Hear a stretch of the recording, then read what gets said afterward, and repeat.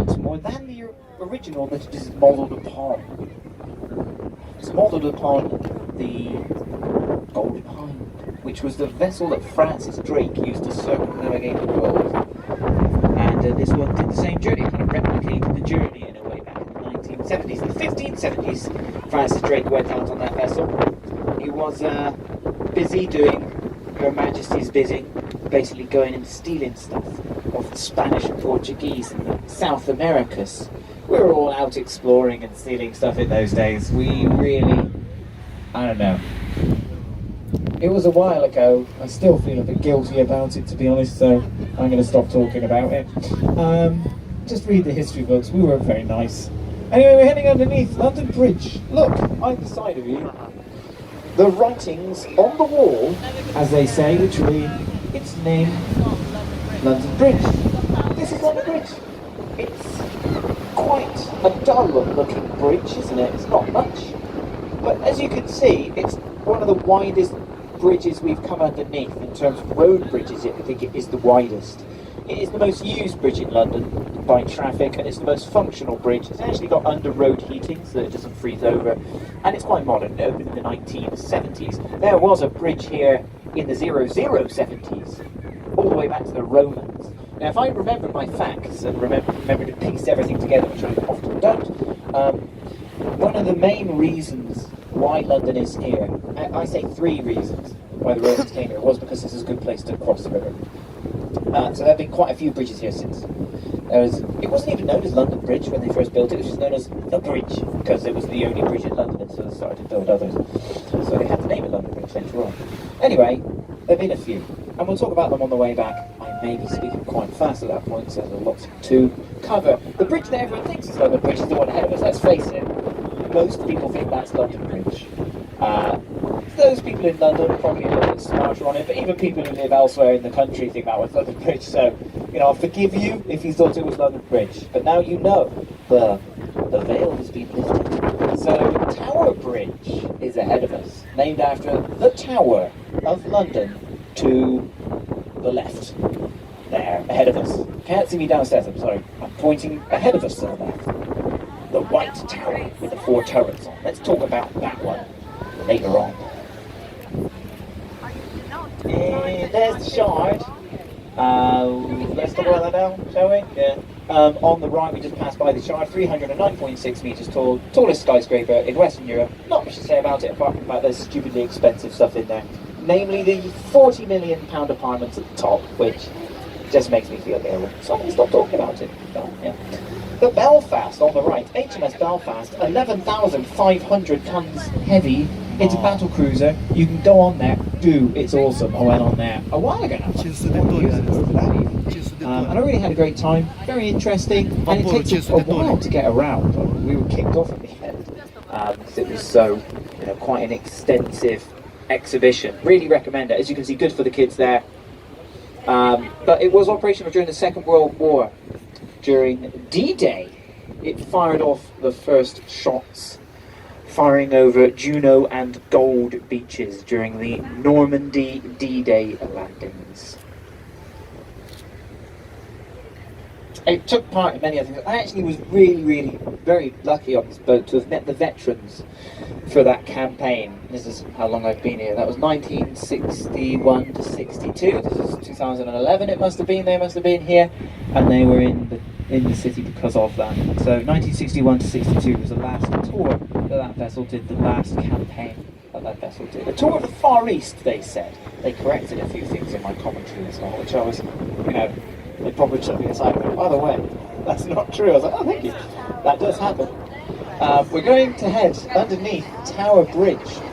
So we're going to head underneath Tower Bridge, and it's always a highlight, and it's always a nice point to wave at people, especially due to the fact that legend has it that if we get a wave back, we get 5 years good luck. Suddenly you're becoming more friendly. Let's see what we can do. Hello! Yes, look at that, a double wave. And a single wave. Actually, there's quite a bad turnout there for waves. We employ at least 10 people to wave at you from this bridge, and only 3 wave back. Some people are losing their jobs. Gonna be some cuts here. It's an easy job, come on. So, we're in the old Port of London, once the biggest and busiest working port in the world. Some 50,000 vessels used to come up here every year. I was a bit out there. Times that by 5. There's always something going on with this little beach. You get people in wedding dresses standing out there taking photos. It's pretty bizarre. It's like they're having a picnic. No, is that a mudlark? Is that someone digging? No, that's a mudlark by the looks of it. Mudlarking was a thing that the very poor children used to do during the Victorian times and other times, actually way back. They used to go out and look for like coins, buttons that had been lost in the Thames and try and sell it off for money. Nowadays it's actually a hobby that's undertaken by only about 80 people, because you have to get a license to officially dig. That is, you can go onto the Thames and you can buy picked up some really interesting pieces of pottery and stuff like that, but if you want to dig you have to actually have a license, and there's only so many that are given out, and they're literally known as the official mudlarks. But if you're on the beach and you're picking up little bits of stuff, you're known as your mudlarking. Anyway, this is one of my favourite areas. We're going a little bit further, which I quite like as well.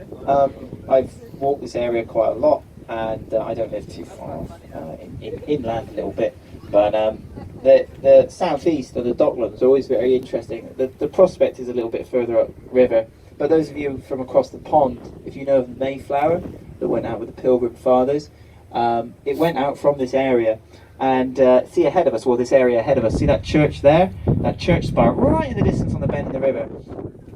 That is St Mary's at Rotherhithe, and I believe that's where the Mayflower left off from. But Christopher Jones, the captain of the Mayflower, is buried there, and you can go and visit his grave. And there's a pub. Just if you look, if I haven't got my glasses on, I can see it. There's a mill next to it. That's Thames Tunnel Mills. There's a tunnel that goes under the Thames out there ahead of you. And a little bit further on from that, I believe, or is it before then? There's a pub called the Mayflower, and it's very popular with our cousins across the pond. It's like it's got an American flag at the back, actually, if you go by there on the river. Anyway, we're turning around and we're going to get a lovely view of Tower Bridge. I'm going to retreat to the back of the boat to get out of your photos, and probably get in your photos during that time. Take some photos, take all the pictures you want, and I will be returning shortly.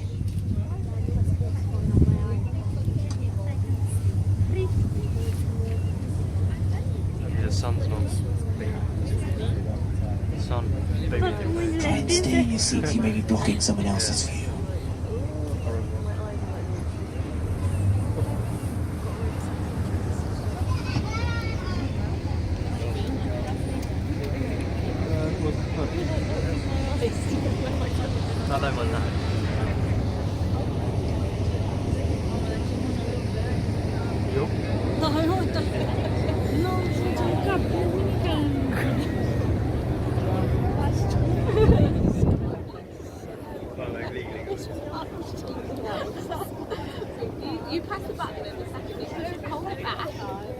So, there you go. Here we go.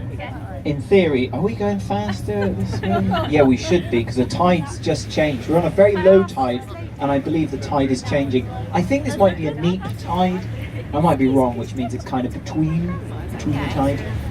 Anyway, we're going to head underneath Tower Bridge. There's a lot to say about Tower Bridge. 1894 it opened.